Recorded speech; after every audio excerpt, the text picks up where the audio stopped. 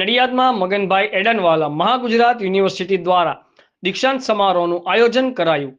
આ સમારોહમાં યુનિવર્સિટીના 29 વિદ્યાર્થીઓને પદવી એનાયત કરવામાં આવી, જેમાં 2 વિદ્યાર્થીઓને ગોલ્ડ મેડલ એનાયત કરાયો।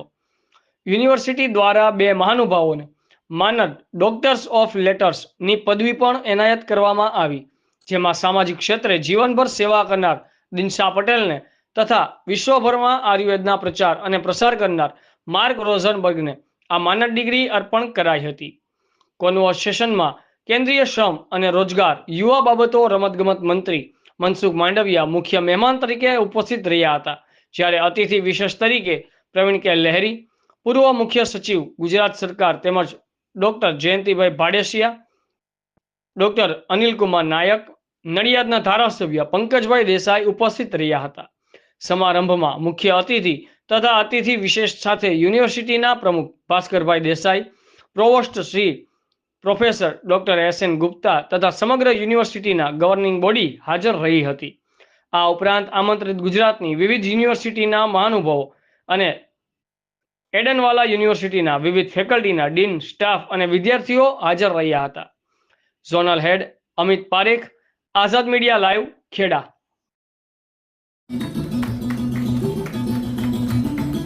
May I kindly request Srimati Kundanben and skills as a professional for the well-being of humankind and the nation as a whole. Sir તમારું નામ પરિચય? Professor Dr. Shivnarayan Gupta, I am Vice Chancellor of Maganbhai Edanwala Mahagujarat University, Nadiyad. આજે sir પદવીદાન સમારોહ યોજાયો, કેટલા વિદ્યાર્થીઓને degree એનાયત કરવામાં આવી? લગભગ 29 વિદ્યાર્થીઓને જે જુદી જુદી ફેકલ્ટીઝના છે, અમારા આયુર્વેદના એક અને બીજા નર્સિંગના અને બીજા MLT વાળા વિદ્યાર્થીઓને ડિગ્રી એનાયત કરવામાં આવી છે। બેન, આપનું નામ પરિચય? મારું નામ પારેખ માનસી ગિરીશ કુમાર છે। આજે તમને ડિગ્રી મળી, શું કહેશો? આજે મારી ડિગ્રી મળી તો મારા માતા પિતાનો ફર્સ્ટ હું આભાર માનું છું અને તથા અહીં કોલેજના પ્રિન્સિપલ તથા બધા મેડમોને આભાર માનીએ છીએ, તેમના લીધે અમને ડિગ્રી મળી છે।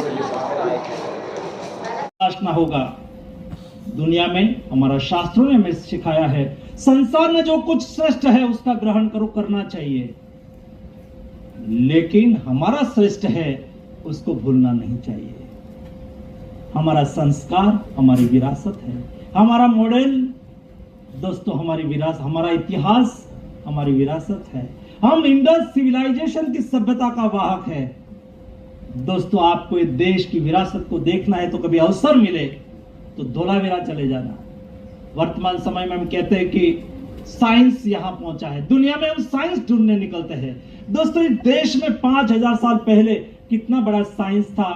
अभी वर्तमान समय में ग्लोबल वार्मिंग के टाइम में सस्टेनेबिलिटी की हम बात करते हैं और वाटर हार्वेस्टिंग की बात करते हैं।